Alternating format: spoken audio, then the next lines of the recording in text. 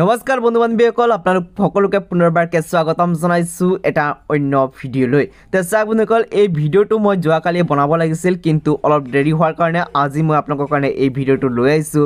বিশেষভাৱে এই ভিডিঅ'টো হ'বলৈ গৈ আছে HSLC এক্সাম 2025ৰ ৰিজাল্ট ৰেকৰ্ডিং। হয় বন্ধুসকল, যিসকলে এইবাৰ মেট্ৰিক পৰীক্ষা দিছে তেওঁলোকৰ কাৰণে আজিৰ এই ভিডিঅ'টো এটা ইম্পৰ্টেণ্ট ভিডিঅ' হ'বলৈ গৈ আছে। যিহেতু আপোনালোকে নিশ্চয়কৈ গম পাইছে, যোৱাকালিৰ পৰা বহুকেইটা নিউজ চেনেল হওক বা আপোনালোকে ইউটিউবত হোক বা ফেচবুকত হোক পায়ে আছে যে আজিৰ দিনটোত আপোনালোকৰ যি নেকি মেট্ৰিক পৰীক্ষাৰ ৰিজাল্ট আছে সেইটো ঘোষণা কৰিব বুলি তেওঁলোকে পোষ্ট কৰিছে, ভিডিঅ' বনাইছে। চাওক বন্ধুসকল, মই যোৱাকালিয়ে পোষ্ট চাইছোঁ, ভিডিঅ' চাইছোঁ, গোটেইখিনি মই যোৱাকালি চাইছোঁ, কিন্তু ভিডিঅ' বনাব পৰা নাই, সেইকাৰণে আজি মই ভিডিঅ'টো বনাই আছোঁ। চাওক বন্ধুসকল, আপোনালোকে যিসকল নেকি এইবাৰ মেট্ৰিক পৰীক্ষা দিছে তেওঁলোকে ইয়াতে হতাশ হৈ আছে যে আজিয়ে ৰিজাল্টখিনি ডিক্লেয়াৰ হ'ব নেকি।